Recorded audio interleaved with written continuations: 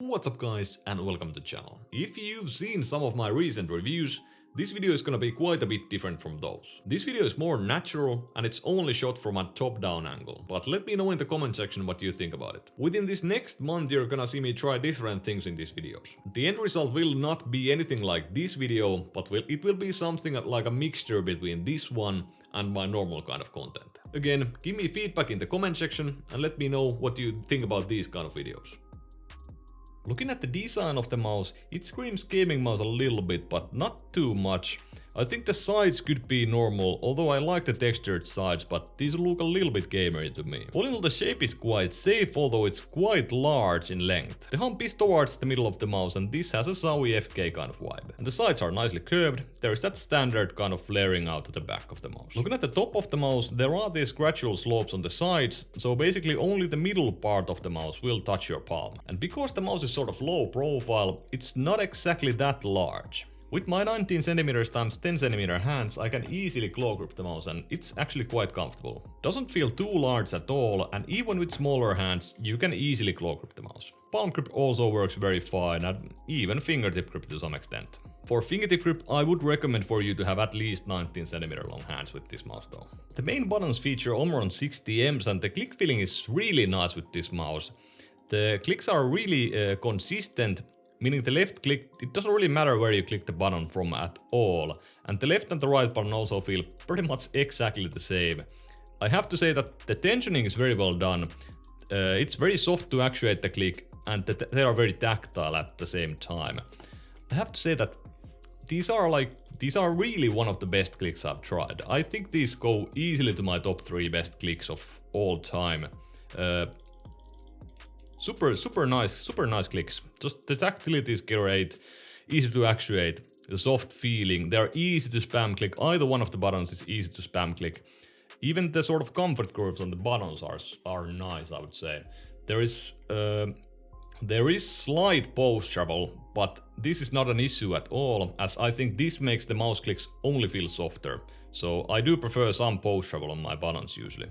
The pre-travel is so minimal that basically you don't really feel it at all, and that applies to both of these buttons. The side buttons have a little bit of pre-travel, but pretty much no post-travel at all. They are quite small though, they come out of the shell a little bit, but these sort of remind me of the Razer Viper Ultimate side buttons, but they are a little bit more out of the shell. The click feeling is good, and they are nice, but yeah, I think they could be a little bit more tactile and the D-bounce could be a little bit more aggressive. They feel a little bit mushy, but I'm just mainly nitpicking here as they feel pretty great in my opinion. Moving on to scroll wheel, scrolling experience is quite heavy. The steps are very tactile and defined, but scrolling is heavy. I sort of hated this at the start, but I've started to like it a little bit. It's really good in games, so basically you can easily move just one step if you want. I don't think you ever should have like weapon switch binded to the scroll wheel or like next weapon, previous weapon thing. I think it's not very good to have in the scroll wheel, but if you happen to have it, this one would be like almost perfect for you, as it's easy to control how much you scroll, how many steps you scroll at the same time, you know. Super nice scroll wheel, good for general use, good for gaming, bunny hopping, anything like that, you know. Even though scrolling itself is quite heavy, actually the scroll wheel button is really easy. Nicely tactile and easy to actuate, you could easily use the scroll wheel button in games even if you want to. Let's talk about the build quality a little bit.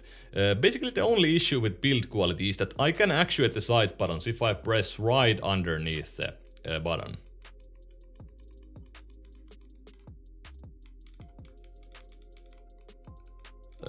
It's pretty easy to actuate these when I use 2 hands or grip it like this, but when I'm actually gripping it with one hand, I can do it, but this will never happen in game for me at least. Like there is no way I squeeze this mouse normally this hard that I can actuate it. There is no bottom flex, no top flex at all, and the mouse barely creaks if I just, you know, squeeze it a lot and do any kind of things. I mean, yeah, I can't really, it creaks, but only a tiny bit.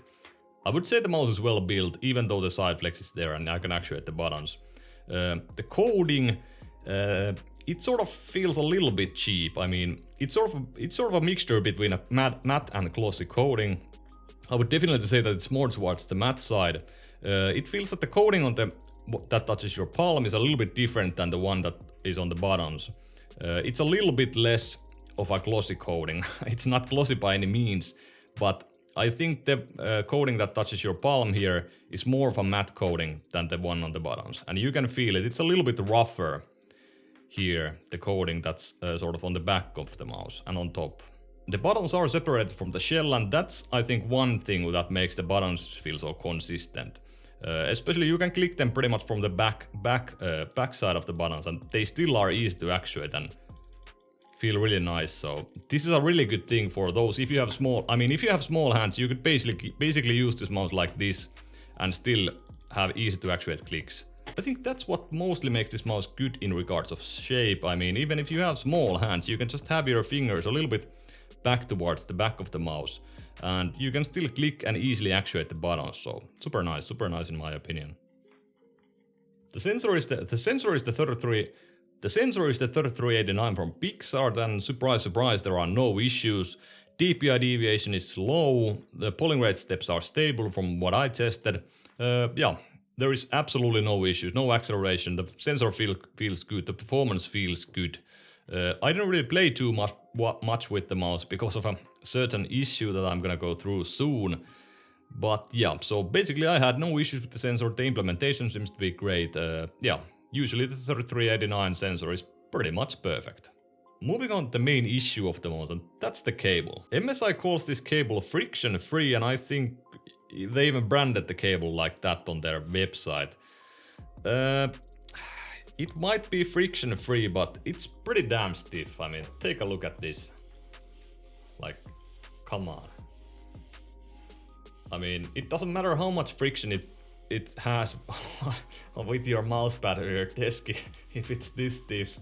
I mean, honestly, usually I don't have any issues with any kind of cables. I mean, some people have issues with the Xtrfy M42 cable, M4 cable, even the VAXI cable, so that they can't use the cable, they can't play with it.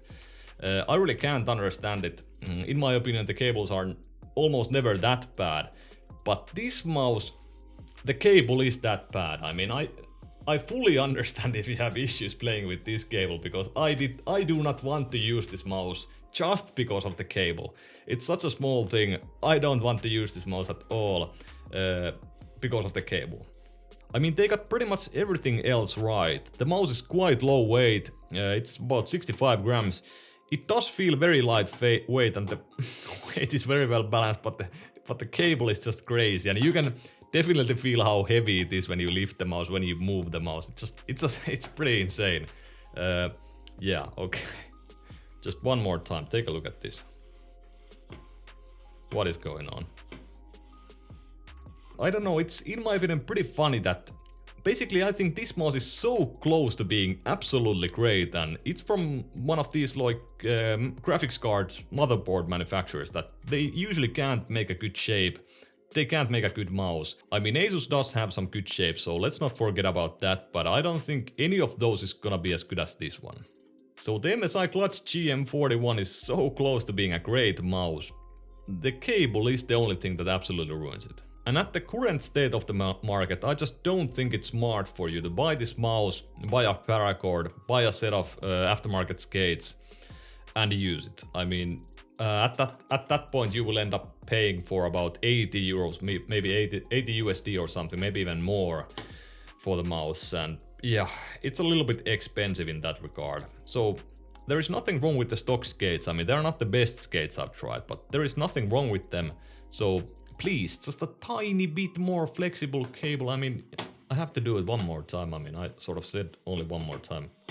So that's it for the review, and yeah, the mouse had one massive issue. I didn't think I would discard a mouse just because of the cable, but the MSI CLUTCH GM41 definitely does deserve it. The cable is just that bad, and I can't seem to stop talking about it, so let's end this review. If you enjoyed it, hit that like button. If you enjoy my content, hit that subscribe button, and see you in the next one.